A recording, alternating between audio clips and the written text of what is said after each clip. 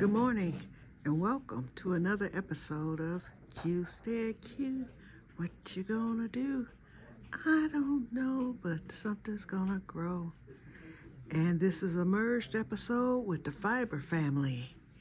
Well, you guys, it is 4:36 a.m. as you can see, and I landed in the hospital. Here I am. In fact, you can see my IV, my little hospital badge.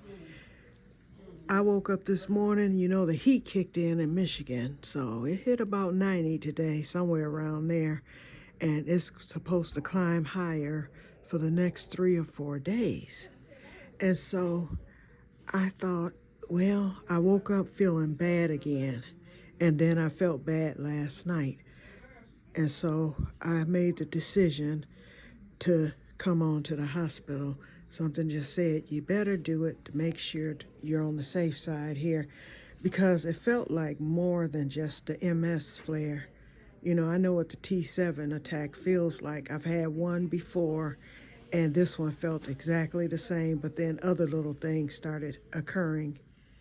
And so I said, I better, and that happened last night. So when I woke up this morning and still felt the same, if not a little worse, I said, I better go. So I left out the house. I woke up at about 9 or 10. I left out the house about 11:30, stopped at the gas station, got some goodies, of course, because I said, well, look like I'm going to have to do that doggone steroid. And the one thing that halfway helps the steroid is the either butterscotch, which I could not find, or lemon heads. And so I found lemon heads, so I bought 3 packs of those, and those are just to... Hi. Hi, Miss Davis. Hold on, you guys. It's Vicky, the virtual nurse. Is this a bad time? Yeah? You're virtual? Yeah. May I turn the camera on? You can see me on your TV. Okay, I'm filming right now. Can I continue filming? I want y'all to see this. Yeah. Okay. Filming? Yep. Oh. There she is. Hey. Oh, I don't know if I heard you right. Did you say you're filming? Yes, I have a couple of YouTube channels, and so I was letting them know that I'm admitted to the hospital because I had planned on doing videos on yesterday. So I said, I'm going to do a quick video, and so that's okay. I'm sorry. They will enjoy this, believe me.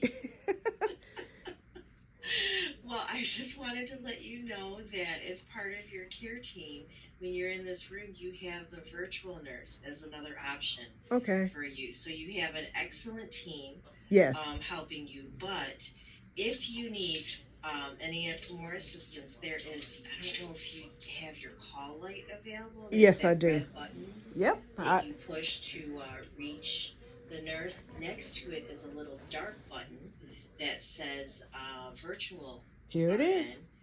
And that, yep. So if you push that, that will let me know to pop on the TV and see what I can do for you. I like these new changes. I noticed the beds are new. I noticed that everything is new. The cameras, all that. Yep. And I'm a professional here. This is my vacation home with MS and other issues health-wise. But St. Joe always takes care of me well. I have a good team of doctors, physician assistants, nurses, and insurance. They will call me before I'm discharged to check on me. They always do. Blue Cross. Mm-hmm. That's wonderful. Yep. All right. I know it's late and you finally were able to get into an area where they can kind of shut the lights down. I did want to let you know at some point, sometimes they come on the TV and do the admission process with you, just asking questions and that kind of thing. I think that part they'll ask you not to film with that. Okay, I won't film. This introduction, because it does ask you more private questions. Yeah, and I'm not even filming you. I just have the film on. Another thing, too, if I'm not filming an episode for my channel, I just happen to be filming when you called. So that's why I asked if I could leave it on so I would not need to shut it off. And you are my first YouTube star that I've ever met. Well, hello, I'm Q Stay Q. All right. Well, please do not hesitate to push that button if you need anything. You can never push it too much. You're never bothering us. Okay. Another question that I have too. Uh, are you here to take me to my room? No, I'm here to draw some blood. Oh, come on with it. let's do this. Now, I've been waiting 13 hours for a room. I know I'm gonna be on 6 South. What is the deal with the room waits? I've never waited this long for a room. Usually, we've had very long waits. I'm very used to telling my patients we have people waiting 30, 40 hours for beds right now. The longest person waiting has been waiting here 18 hours. Oh my. And there are 19 other people waiting for beds along with you, and there are not 19 beds right now. So I was told that I'm number 2 in line, but wait a minute. I snuck and called up to 6 South to find out, okay, what's going on? And they told me, they said, we are full. They said it'll probably be at discharge tomorrow. They said, but don't. Know them so well, you know how to They call up there. Neurological, yes. Yeah. They know me. And then when I was my mother's caregiver, everybody in this hospital pretty much knows me. When they see me, they say, Q, what are you doing here? You know, always. But anyway, yeah, I called. That's and what's taking so long. And the lady said, she said, but you never know. She said, sometimes beds come up in the middle of the night. I said, oh, in other words, someone dies. She said, well, she said, no, she said, not exactly. She said, sometimes people are moved for whatever reason, that type of thing. She said, I would not say that they've died. But anyway, I expect to go up tomorrow, later today sometime. I figure by 12 o'clock. So now that I have a bed here and I can relax, I'll just do that. Yeah. Uh-huh. Well, I'll let Joe do his thing. I'm sure he's coming in. All right. And, come on, Joe. Call me if you need anything. Okay, I'll do that. Thank you. Thank you. Bye-bye. Night-night. Wasn't that cute? Okay, so Joe, he's out there. He'll be coming to take blood out of my IV, and I'll let him know that I'm filming, but I'll probably pause it for Joe.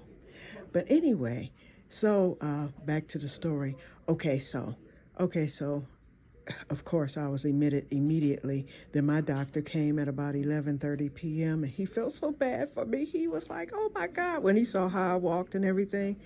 And so everyone, I knew I was going to get fussed at. They were saying, you should have came earlier, whether you were waiting on the medicine or not. But as you all know, I hate those steroids. And so I fought it to the bitter end, y'all. I fought it, because I did not want to go on the steroids. So the first dosage wasn't bad at all. It just leaves a metallic taste in your mouth. And so the lemon head did subsided a little bit, but then it came back with a vengeance. Every time I drink water or any type of fluid, the taste comes back 10 times stronger. I just have to deal with it for the next week, because as I get more and more doses, I will feel worse. I'm not going to lie. I'm going to feel worse in the next couple of days here. So you won't see me on unless I'm actually feeling well enough to come on, or if the video uploads in a timely manner. This is basically a test video to see how long it takes to upload. And I have to keep in mind, this is open airspace. So I have to be careful with that as well, whereas at home, everything is private and locked in. So I have to be very careful. Anybody can watch. Okay, so that's basically it. So keep me in your prayers, everyone, and I'll be okay. And then once I get home, then I'll start recovering from the steroids. Usually that will come out of the system within a few days. I would say 3 or 4 days, just in time for the family reunion. Because once the steroids come out your system, all of a sudden you get the strength of a raging bull. The attack is over and you're fine. Also, you guys, I have an infection.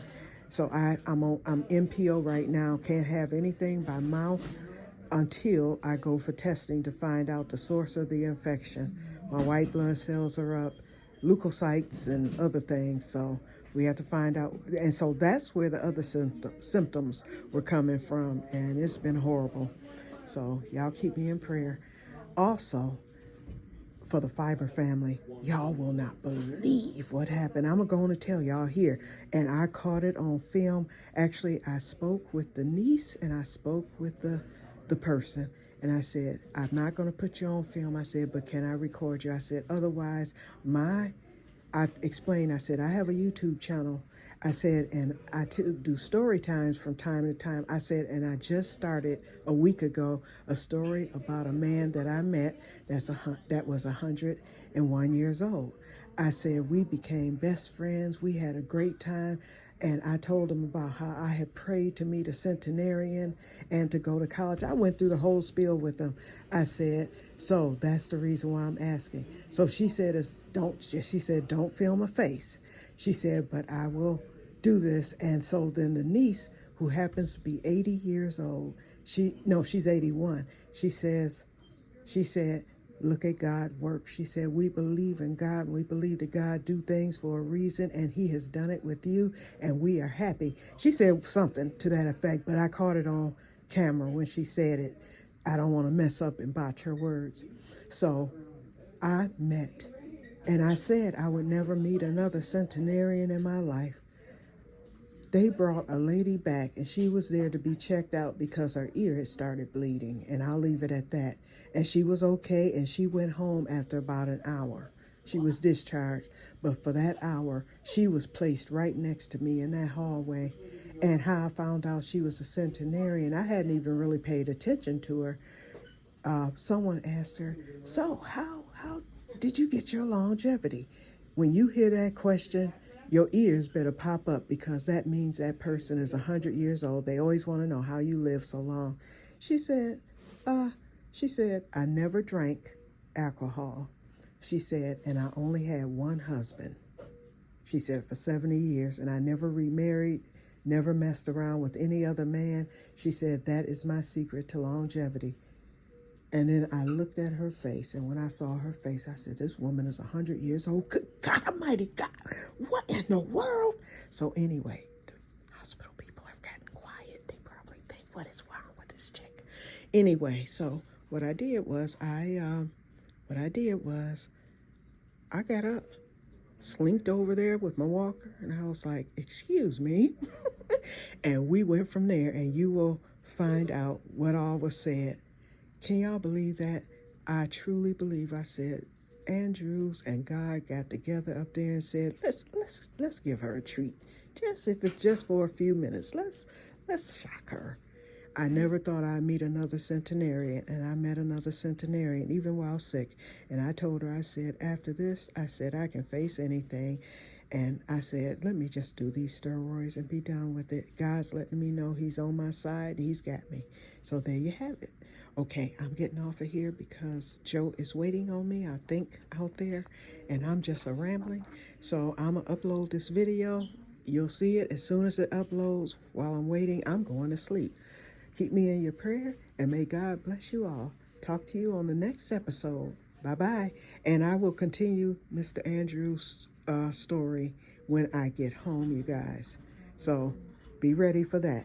Bye-bye. Okay, Joe. Let me cut off my video. I was doing a video for my YouTube channel. Okay, it's off.